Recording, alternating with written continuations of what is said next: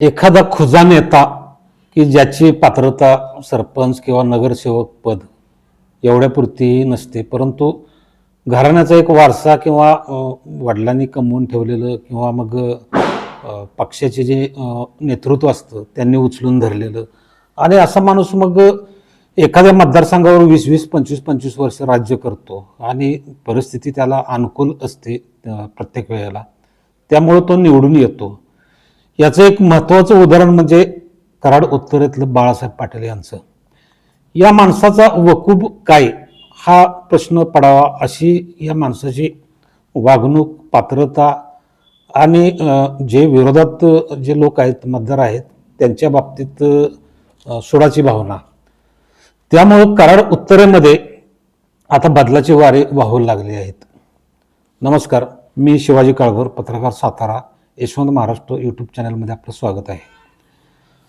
कराड उत्तरमध्ये जे बदलाचे वारे वाहू लागले त्याचा कल आपल्याला लोकसभेच्या वेळेलाच कळला आणि आता या वेळेला इथं मनोज घोरपडेंच्या रूपानं निश्चितपणे बदल होईल अशी मतदारांची अपेक्षा आहे.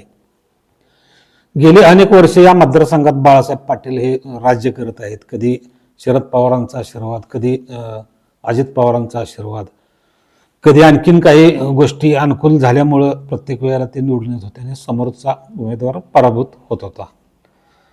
आता परिस्थिती बदलण्याला अनेक कारणं आहेत.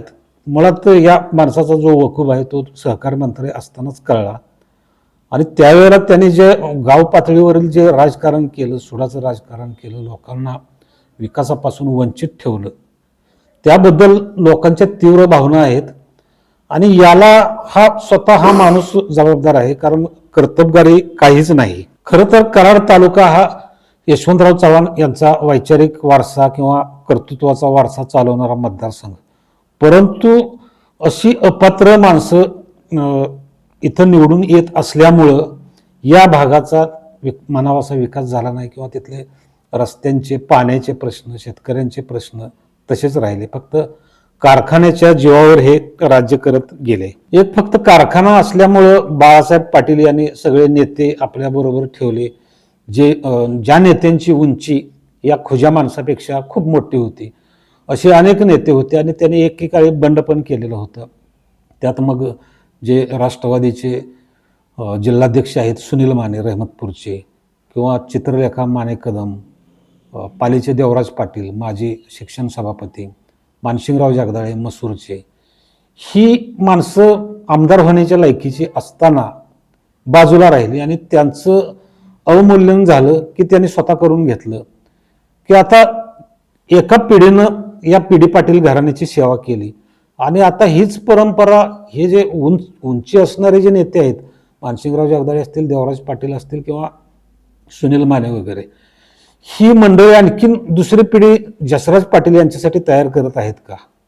कारण इथून पुढं ते कधीही या आमदारकीच्या निवडणुकीतून माघार घेण्याची शक्यता नाही आणि ही मंडळी सगळी चिकटून असल्यामुळं जो तरुणांमध्ये तीव्र असंतोष निर्माण झालेला आहे कराड उत्तरच्या, की आमच्या बापाने किंवा आमच्या काकाने सेवा केली या घराण्याची आणि आमदारकीला प्रत्येक वेळेला निवडून दिलं आणि अजून कुठपर्यंत हे आम्ही ओझं आमच्या खांद्यावर लादायचं आणि सहन करायचं? तुम्ही म्हणाला की आम्ही पळायचं, आम्ही सतरंजा उचलायच्या, असं काय मोठं महान कर्तृत्व या माणसानं केलंय ते आम्ही या माणसासाठी घाम गाळून लोकांच्यात फिरून मतं मागावीत. आणि ही जी कराड उत्तरमध्ये जे कर्तृत्ववान नेते आहेत, मी मगाशी नावं घेतलेली, त्यांनी झेडपीच्या माध्यमातून किंवा झेडपीच्या पदाधिकारी जे त्यांना पदं मिळाली त्या माध्यमातून लोकांची चांगल्यापैकी सेवा केली आणि त्या लोकांनी पुढं जायला पाहिजे होतं, त्यांना संधी मिळाली पाहिजे होती.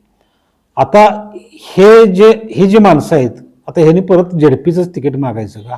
आणि तेही बाळासाहेब पाटील यांना, असा प्रश्न त्यांचे कार्यकर्ते आणि जी नवीन तरुण पिढी आहे ती त्यांना सतत विचारताना दिसत आहे. आता सरपंच किंवा नगरसेवक पदाची पात्रता नसताना हे अनेक वर्ष आमदार राहिले.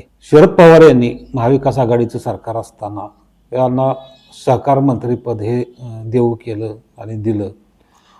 आता आमदार असताना कुठले गुण पाहिले माहीत नाही, परंतु सहकार मंत्री म्हणून पद देताना त्यांचे गुण अवगुण हे शरद पवारांनी, अजित पवारांनी पाहायला हवे होते. सहकार मंत्री असताना सहकार मंत्री कोणाला करायचं का? फक्त कारखान्याचा अध्यक्ष आहे, चेअरमन आहे म्हणून त्याला सहकार मंत्रीपद द्यायचं?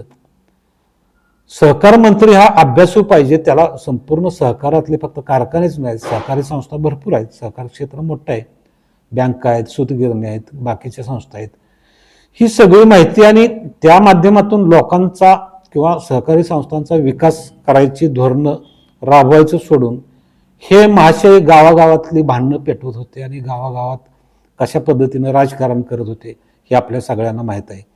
मग ते पोलीस स्टेशनच्या माध्यमातून असू देत किंवा ज्या सोसायटी आपल्या विरोधात गेलेल्या आहेत त्या विरोधातल्या कार्यकर्त्यांना सतावणं, त्यांना धमक्या देणं, त्यांना पोलीस स्टेशनच्या वाऱ्या करायला लावणं.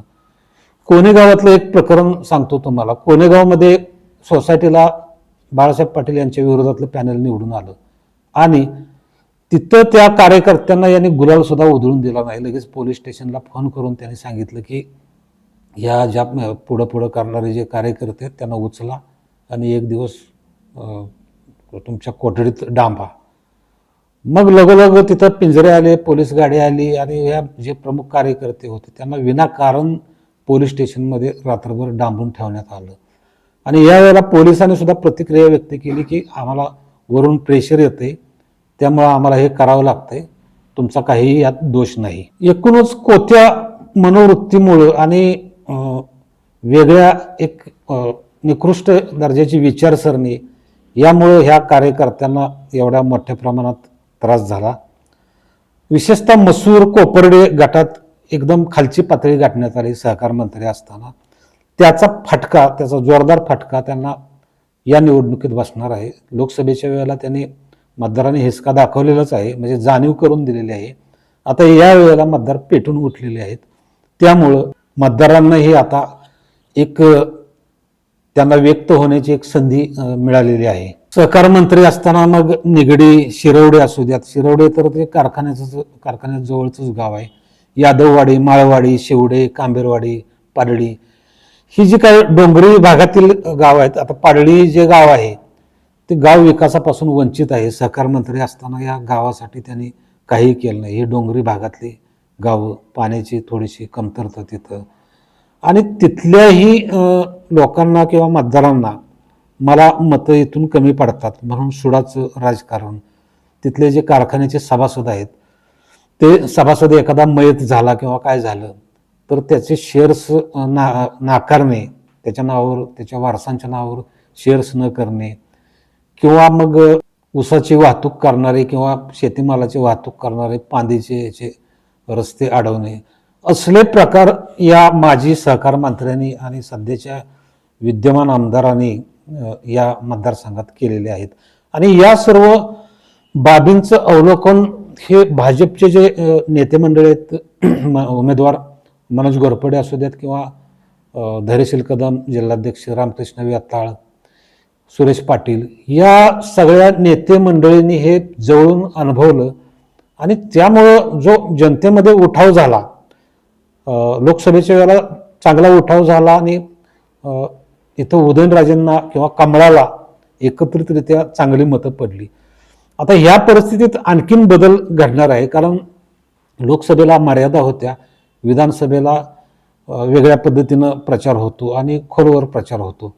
मनोज घोरपडे यांनी या सगळ्या मंडळींना बरोबर घेऊन अशा पद्धतीनं, चांगल्या पद्धतीनं जे रान तापायला सुरुवात केलेली आहे, त्यामुळं या राष्ट्रवादीच्या गटाला इथं पळताभही थोडी होणार आहे आणि मनोज घोरपडेंच्या बाजूनं वातावरण चांगलंच कललेलं आहे. अजून 15 दिवस बाकी आहेत, तोपर्यंत आणखीन ह्यात बदल घडतील आणि भाजपला इथं चांगलं यश मिळू शकतं असं वाटतं. धन्यवाद.